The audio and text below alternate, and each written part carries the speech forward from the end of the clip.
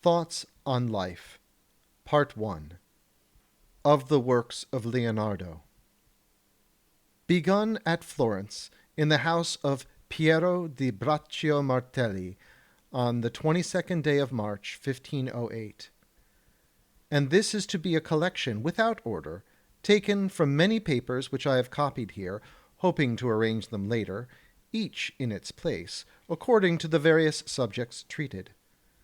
And I think that before I shall have finished this work, it will be necessary for me to repeat the same thing many times over. So, O reader, blame me not, because the subjects are many, and memory cannot retain them and say, "This I will not write because I have already written it." And if I did not wish to fall into this error, it would be necessary, every time that I wish to copy something, in order not to repeat myself, to read over all the preceding matter, all the more so since the intervals are long between one time of writing and another. His thirst after knowledge. Not louder does the tempestuous sea bellow when the north wind strikes its foaming waves between Scylla and Charybdis, nor Stromboli nor Mount Etna when the sulphurous flames, shattering and bursting open the great mountain with violence, hurl stones and earth through the air with the flame it vomits, nor when the fiery caverns of Mount Etna, spitting forth the element which it cannot restrain, hurl it back to the place whence it issued, driving furiously before any obstacle in the way of its vehement fury. So I, urged by my great desire and longing to see the blending of strange and various shapes made by creating nature, wandered for some time among the dark rocks, and came to the entrance of a great cave, in front of which I long stood in astonishment and ignorance of such a thing. I bent my back into an arch and rested my left hand on my knee, and with my right hand shaded my downcast eyes and contracted eyebrows. I bent down first on one side and then on the other to see whether I could perceive anything, but the thick darkness rendered this impossible. And, after having remained there some time, two things arose within me, fear and desire. Fear of the dark and threatening cave, desire to see whether there were anything marvelous within. I'd discover for man the origin of the first, and perhaps of the second cause of his being. Leonardo's studies. Recognizing, as I do, that I cannot make use of subject matter which is useful and delightful, since my predecessors have exhausted the useful and necessary themes, I shall do as the man who by reason of his poverty arrives last at the fair, and cannot do otherwise than purchase what has already been seen by others and not accepted, but rejected by them as being of little value.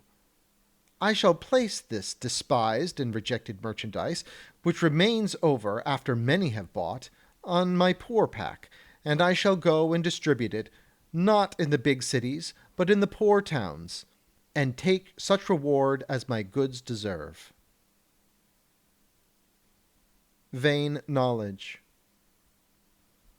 All knowledge which ends in words will die as quickly as it came to life, with the exception of the written word, which is its mechanical part. Avoid studies, the result of which will die together with him who studied.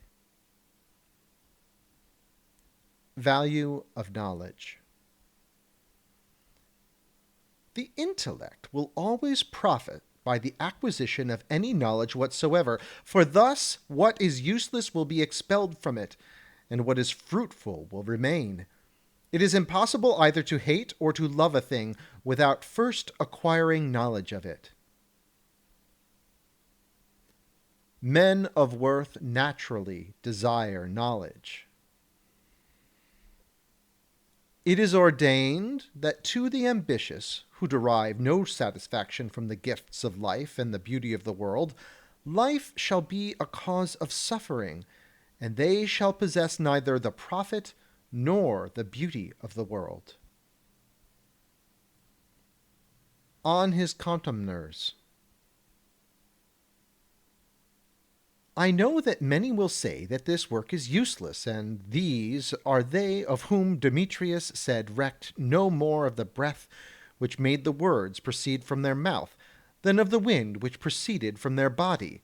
Men who seek solely after riches and bodily satisfaction, men entirely denuded of that wisdom which is the food and verily the wealth of the soul, because insomuch as the soul is of greater value than the body, so much greater are the riches of the soul than those of the body. And often when I see one of these take his work in his hand, I wonder whether, like a monkey, he will not smell it and ask me if it is something to eat. On the vulgar. Demetrius used to say that there was no difference between the words and the voice of the unskilled ignorant, and the sounds and noises of a stomach full of superfluous wind. And it was not without reason that he said this, for he considered it to be indifferent whence the utterance of such men proceeded, whether from their mouth or their body, both being of the same substance and value. I do not consider that men of coarse and boorish habits and of slender parts deserve so fine an instrument, nor such a complicated mechanism as men of contemplation and high culture. They merely need a sack in which their food may be held and whence it may issue, since verily they cannot be considered otherwise than as vehicles for food, for they seem to me to have nothing in common with the human race save the shape and the voice. As far as the rest is concerned, they are lower than the beasts. Knowledge of the past and of the places of the earth is the ornament and food of the mind of man. Knowledge, the supreme good. Cornelius Celsus. Knowledge is the supreme good. The supreme evil is physical pain. We are composed of two separate parts, the soul and the body. The soul is the greater of these two, the body the lesser. Knowledge appertains to the greater part, the supreme evil belongs to the lesser and baser part. Knowledge is an excellent thing for the mind, and pain is the most grievous thing for the body. Just as the supreme evil is physical pain, so is wisdom the supreme good of the soul. That is to say, of the wise man, and no other thing can be compared with it. Life and wisdom. In the days of thy youth seek to obtain that which shall compensate the losses of thy age, and if thou understandest that old age is fed with wisdom, so conduct thyself in the days of thy youth, that sustenance may not be lacking to thy old age. Praise of knowledge. The fame of the rich man dies with him, the fame of the treasure, and not of the man who possessed it, remains. Far greater is the glory of the virtue of mortals than that of their riches. How many emperors and how many princes have lived and died, and no record of them remains, and they only sought to gain dominions and riches in order that their fame might be everlasting. How many of those who lived in scarcity of worldly goods in order to grow rich in virtue, and as far as virtue exceeds wealth, even in the same degree the desire of the poor man proved more fruitful than that of the rich man? Dost thou not see that wealth in itself confers no honor on him who amasses it, which shall last when he is dead, as does knowledge? Knowledge which shall always bear witness, like a clarion to its creator, since knowledge is the daughter of its creator, and not the stepdaughter, like wealth. The world. Bountiful nature has provided that in all parts of the world you will find something to imitate. The beauty of life. Consider in the streets at nightfall the faces of men and women when it is bad weather, What grace and sweetness they manifest! Just as iron which is not used grows rusty, and water putrefies and freezes in the cold, so the mind, of which no use is made, is spoilt. Fruitless study.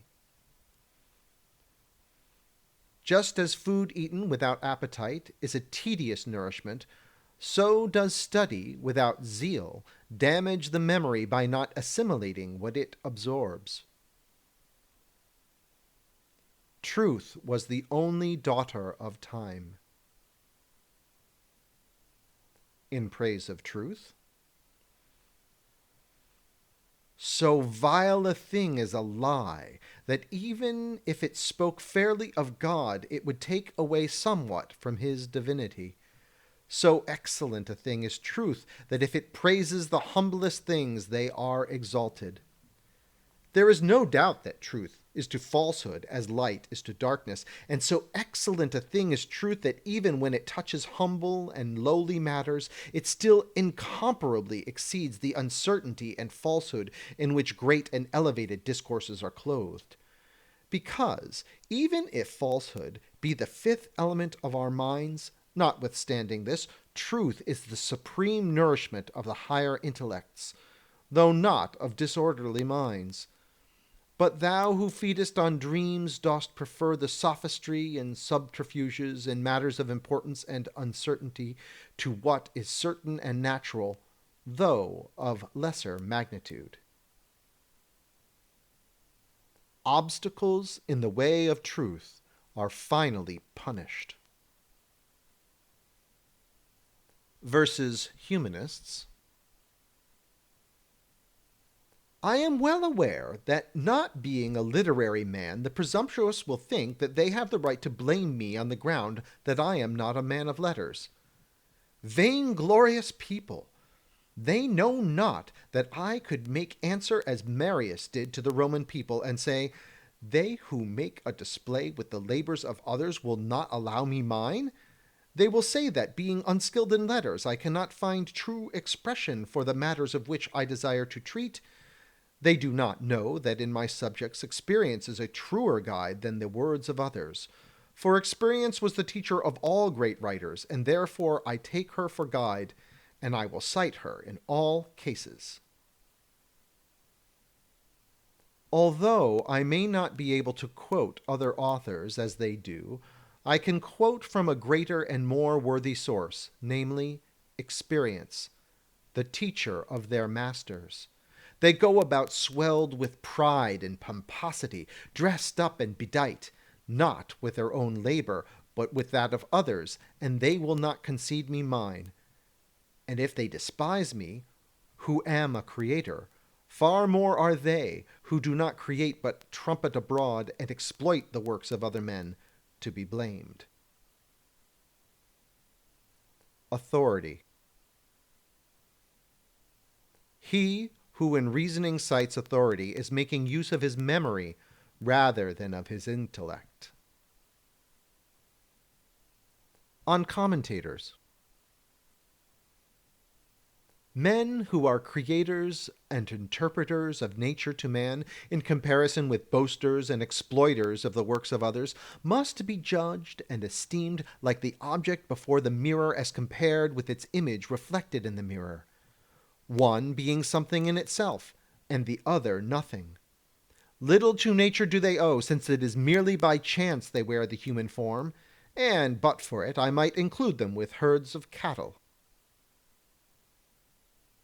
A well-lettered man is so because he is well-natured, and just as the cause is more admirable than the effect, so is a good disposition, unlettered, more praiseworthy than a well-lettered man who is without natural disposition.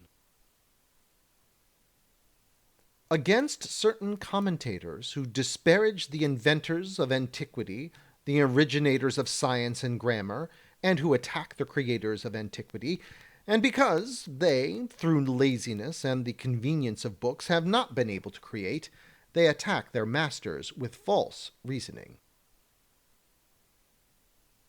It is better to imitate ancient than modern work. Experience. Wisdom is the daughter of experience. Experience never errs. Wrongly men complain of experience, which with great railing they accuse of falsehood.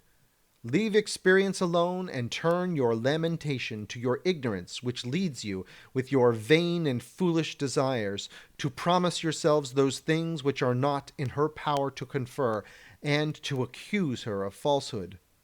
Wrongly men complain of innocent experience, when they accuse her not seldom of false and lying demonstrations. Experience never errs. It is only your judgments that err, ye who look to her for effects which our experiments cannot produce. Because given a principle, that which ensues from it is necessarily the true consequence of that principle, unless it be impeded. Should there, however, be any obstacle, the effort which should ensue from the aforesaid principle will participate in the impediment as much or as little as the impediment is operative in regard to the aforesaid principle. Experience, the interpreter between creative nature and the human race, teaches the action of nature among mortals. How, under the constraint of necessity, she cannot act otherwise than as reason, who steers her helm, teaches her to act. All our knowledge is the offspring of our perceptions. Origin of knowledge. The sense ministers to the soul, and not the soul sense. And where the sense which ministers ceases to serve the soul, all the functions of that sense are lacking in life, as is evident in those who are born dumb and blind. Testimony of the senses. And if thou sayest that sight impedes the security and subtlety of mental meditation, by reason of which we penetrate into divine knowledge, and that this impediment drove a philosopher to deprive himself of his sight, I answered that the eye, as the lord of the senses, performs its duty in being an impediment to the confusion and lies of that which is not science but discourse, and by which, with much noise and gesticulation, argument is constantly conducted. And hearing should do the same, feeling, as it does, the offence more keenly, because it seeks after harmony, which devolves on all the senses. And if this philosopher deprived himself of his sight to get rid of the obstacle to his discourses, consider that his discourses and his brain were a party to the act, because the whole was madness. Now, could he not have closed his eyes when this frenzy came upon him, and have kept them closed until the frenzy consumed itself? But the man was mad, the discourse insane, and egregious the folly of destroying his eyesight. Judgment prone to error. There is nothing which deceives us as much as our own judgment. The greatest deception which men incur proceeds from their opinions. Avoid the precepts of those thinkers whose reasoning is not confirmed by experience. Intelligence of animals. Man discourseth greatly, and his discourse is for the greater part empty and false. The discourse of animals is small, but useful and true. Slender certainty is better than portentous falsehood. What is an element? It is not in man's power to define the quiddity of the elements, but a great many of their effects are known. That which is divisible in fact is divisible in potentiality also. But not all quantities which are divisible in potentiality are divisible in fact.